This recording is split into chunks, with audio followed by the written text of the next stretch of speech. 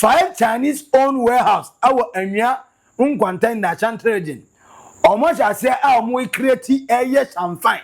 Machines are made for illegal mining. I'm say, why are they a quaba? Yadamasi. Nyankupu and Sira was some way by a chemo. Not me patrol, chamachi. Mamu nye mistake, any mistake fa. And for Monko back to China. Hey, Yenjelibe.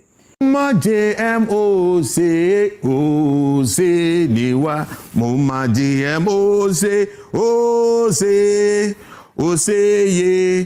Now we have a head of state, not a ceremonial president. We have a real president. He's showing his power. And this is what we expect of proper leadership. And any reasonable person in this country will know that the state of galamsey is worse than it was in the NPP administration. Party I worked 8 good years. 8 years in one. One man who could take. I'm a lances at a chair lances who check at the who yeah, galamsey are your west and the origin. And now on more year prescription markets here, I want that man is and it's my own to me.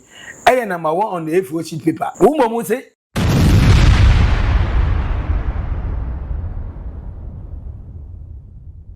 Galamsey who says fire. So a jalugusu aircoso.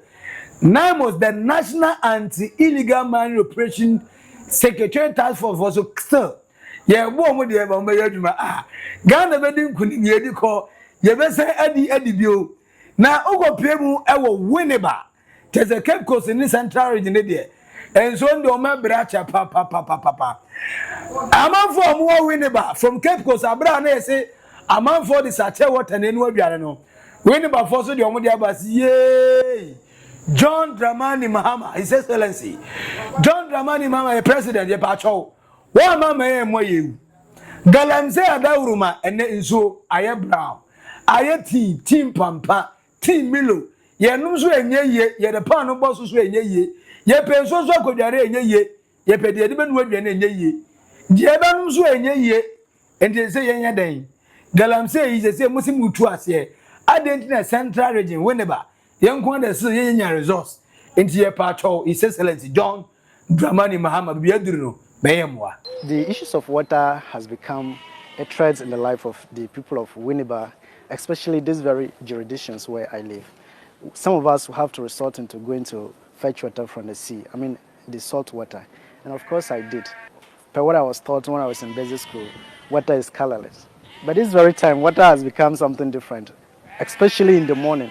When you go to fetch water, it will marvel you to see the color of water being yellowish, containing some particles. Such that even if you wash with a cloth that is white, you end up staining it. So much afraid. So I'm not going to wash here. I'll take it home and wash. Because if I do, that will end its lifespan. So I'm not going to wash it here. So where are you going to wash it? Where are you coming from? I'm from water region. So when I get home, as long as I'll be here, so I'll put it. When I get home, anytime I wash. But before we started exams, I was admitted 3 times. And I think it's as a result of the water. Not that I drink, but when I bath, after finishing, I feel some scratches on my skin. And I want to believe it is because of the chemicals, mercury, that they actually used for the mining activities. It's what is given. And so it's having a greater impact. I mean, not positive impact, but a negative effect on our health. So according to the line, when you ask, they say now, because of the galamsey, the water works people used to use so many chemicals before it would be neat. We used to get water every day. But now for some time, so for some days now, sometimes it will take us more than 1 week, there will be no water. We have to travel, go far. We used to go to Bonmense, get one river there, they call it Bonmense. And then we'll go fetch the water, and the water is not clean. Even though the one way will come from water works itself. If you fetch it, put it down for some hours, you will say there's dirty, clay under. Ubi sometimes I call say Ngoko. Nti we don't kakra na fufu. Ndi me maaju me che me say am galamsey na mutu no. Na ye hunu sa na first na nti sa. The sebele saba, sebele na akọ fufu so ba nti say omuja bisuo no me pomochaw. Gana penye sewala. Go to ISO. ISO will be what? Now it's red. So this is our pleading. So we are begging the government to help us. Now, omudi ewe na mikasi, hey, ene sa galamsey no enye ende ye. How are we going to end the galamsey fight? Now, why na another content creator wo to kwan ana se o je se enyaja or the flight in anam ti man ncha she no on twa form kakra o go try ya ugo pem with the northern region I was Zebila in the upper east region of Ghana say me sit galamsey no aduru bebia the real motto of galamsey everywhere you go say everywhere you go there's galamsey upper west upper east northern region northeast central region western region eastern region Ahafo region Ashanti region ene kwa komini bebia enkonko duru ye enti upper east for so jamo de na wo he galamsey egusu na ekoso a na dey say the national anti-illegal mining operating task force for mo ya che wa Ahafo region monye ward na mo wrap up enwa ha na mo nto aso ngoduru no because na ma dey say north ebi ni ho check kai boys na no mo free north the northern region of Ghana ebe pm the three northern region rather because from upper west upper east and the northern region properly na no mo na ba omba be galamsey wo dan ha say ahonde no so mo ha mo ho omo ankasa omo region ho na ankasa no omo se go da be pm ho ntina omo ye first omo ye heri ho ni mo tini ho Anglo Ghana ni ho big companies grani ho ti da kan omo na kwa to go na fa enti omo nya bri gidi now according to the deputy ranking member Edema Lands and Natural Resources Committee Akwasi Kunadu said fight against galamsey. What is happening right now is that we are sitting on an ecological time bomb. Osi be biaduru na say dey yi eni no. Forest nua ne yetwa agui. Enframa papa no ewe hin na mo wa be kome. Monka say epebre ba beba. Epebre ba wiemu shishi. Wiemu shishi no. Say nua no ho nua no ema oxygen. In essence of yen heat na ye home edible out no. Na adi sa carbon dioxide na go kumo nua no. Na nua na sa refining the come back. Ese da my as an oxygen ni breathe. Enti first na galamsey no so no. Na say do hamatana. Breathe in, breathe out, so na a simple, nice, come on. And then be a mistake. Then no friend is saying, Hamatan ko breathe in, breathe out. Obeto with Samia, obeto so no kakanka. O si the echo so yin say nwe ye twani na tu agu. Enwe ya kaka kuma bi nipa so e wo kro nu na na se Ghana man mu. Ye do so che nwe na aka. Enti 1:1 enye adwuma, 1:10 kro enye adwuma. Enti dodo ye ba ba humi. Heat ye e be bai. And na ye radiation na cause ama na ye weather no kra na asesa in this heat here bebe ya dey say galamsey ni enua na ye twatwa agu enam frama na emfa ena nsuo na ento ana ye sase ne ase na enua na ye be say no nsuo na ase o se hwe mu di nkomo ABC munye nduru abede baby ya duru no efege because baby ya duru no hamata na ye be wuram ye wura November ena nsuo na ase ase mframa afufei ebe beta etwa by December kura kwata ni eduru na amata na start January February March ekosie bia April na nso nya ntoye nti oba home ahwe obeda me ahwe afa na obehu se sa ceremonial a friend is spana de ye beye manja se beye afa na e ba be chia amanfo okon ba be chia ahuro nsan ba begu amanfo ba be yare ahwe na be bie ewu enti ono de eni kupa ya hwenka galamsey asemi ye na ekoye na ana party A party B na ekoye se na ye we na ya solve no once and for all ametu antwa ye ba bebre illegal mining activities in this country, and therefore if any person of that nature is found to be culpable of that, he wouldn't mind making sure that that person loses that person's seat.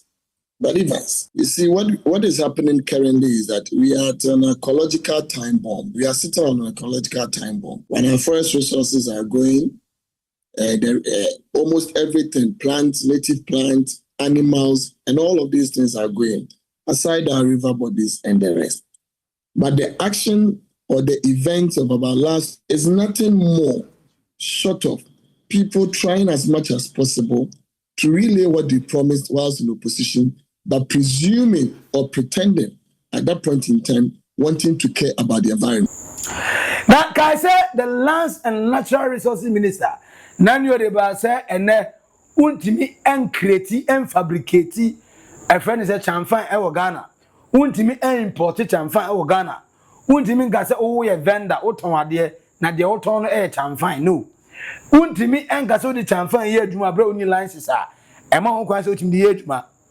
Now we under the Environmental Protection Agency EPA our the Lands and Natural Resources Minister Honorable Yimano Kofi Amabui and this information about in there almost all money na munagas or mokano or makwada way you connected na your company political talk na kwada no way we shall win and save Ghana enti omawura say 5 Chinese owned warehouse our anya unquantain na chantragin almost I say our we create yes and fine machines are made for illegal mining and I say why are they akwaba yedamase nyankopo ensira mo say moye ba ya chemo na me pacho chemachi wo mu mamu nye mistake fa and for mo go back to China hey yenjeli be ye mo face the consequence no awo Ghana hey nti nyankopo ncha de China for no mo ye ma bi say o me say Ghana yensuo no anya ye di ho adwuma ma the Environmental Protection Agency EPA for say aha oh okay na just mo na mo ye chairman for no mo na just say yes Ghana for no mo nye ba mo say mo na mo ye anom so ye bi de nya so ya chemo enti say be aduru no China for no esuo na yesuo amania na ye hu eno na mo just say o mu fesi na papa ye friend Senior Hosi member at the Ghana coalition against illegal mining. I say fight against galamsey. No, I'm impressed by the swiftness of the president action. I say John Dramani Mahama, my president, your president, our president. Pardon. Najuma fair, Nesanu fair. I come out say Kwanya Namus National Anti-Illegal Mining Operations Secretariat. 4 year Juma on found say NDC MPP or any. And also we are campaign. Echon kwa acho. Ye chi workers. Ye chi China for ye seize the first excavators. Ye ne ye repel emrana ba ya. LI 2642. Ana Oko Forest Reserves.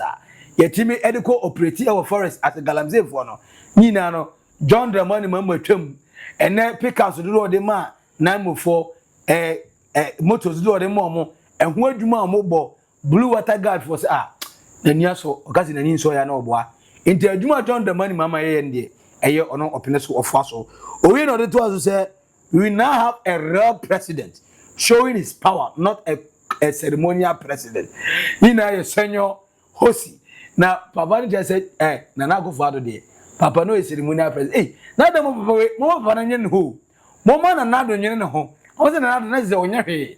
Na say da na woda onye huteba o se John Mahama president nankasa ba we de onim de ye na onim de sefata into oye kama e de ma Ghana for nti we na ne ye nti fight against galamsey we Ghana ni nko ade according to Senior Hosi say woda amona galamsey no create by 2026 near solve galamsey ma JMO say o say niwa mo ma JMO say o say ye. Now we have a head of state, not a ceremonial president. We have a real president. He's showing his power, and this is what we expect of proper leadership. As for that man, I don't want to see. Don't put him on the screen. It's not even worth your screen. You can write his statement. Don't put his picture on your screen. We all vex. What is this? I'm so impressed by the swiftness of His Excellency the President. When you defy his men, who are at the forefront of the most important fight of this country, you are defying the directives of the commander-in-chief of this country. So I was waiting to see. After today, I would have been able to tell whether we have a president or we don't. And he has saved that office by his act. This is a form of leadership we've always been looking for. And I hope that this will not just be one flash in the pan, but this will actually be the pan itself. And everybody will realize that for galamsey, there's no tolerance for nonsense.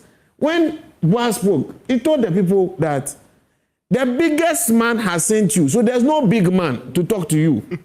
The biggest man, His Excellency the President, has sent you. JM, I salute you.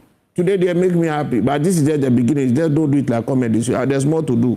You have to sack that guy from your party. That guy must be moved from the party. So you should know that you are a party executive. You keep these miscreants moving around, denigrating the reputation of your party. and you keep it. Now, senior host here, no see Anna, the General Secretary, Edema NPP, Justin Frimpo Kodria say, any reasonable person in this country will admit that the state of the galamsey is now even worse than it was under the NPP. As for the NPP, because we care so much about this country, our doors are always open. If President Mahama sees the need to reach out for a proper roundtable discussion on how to combat this menace once and for all, we will gladly welcome such an invitation. And I'm saying, hey, Ghana, yeah. And people also end this before you ready on my bomb. Gasanier, he to what? Or say, yeah, so why do you move the house?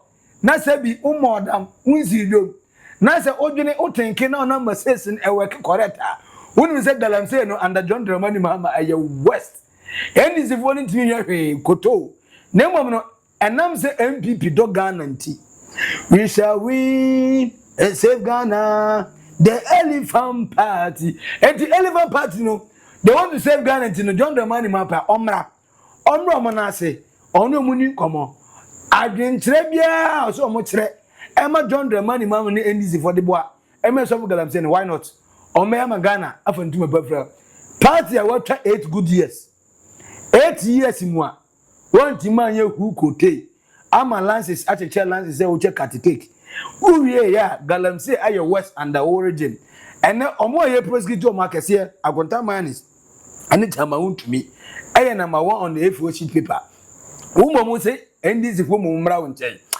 clap for Ghana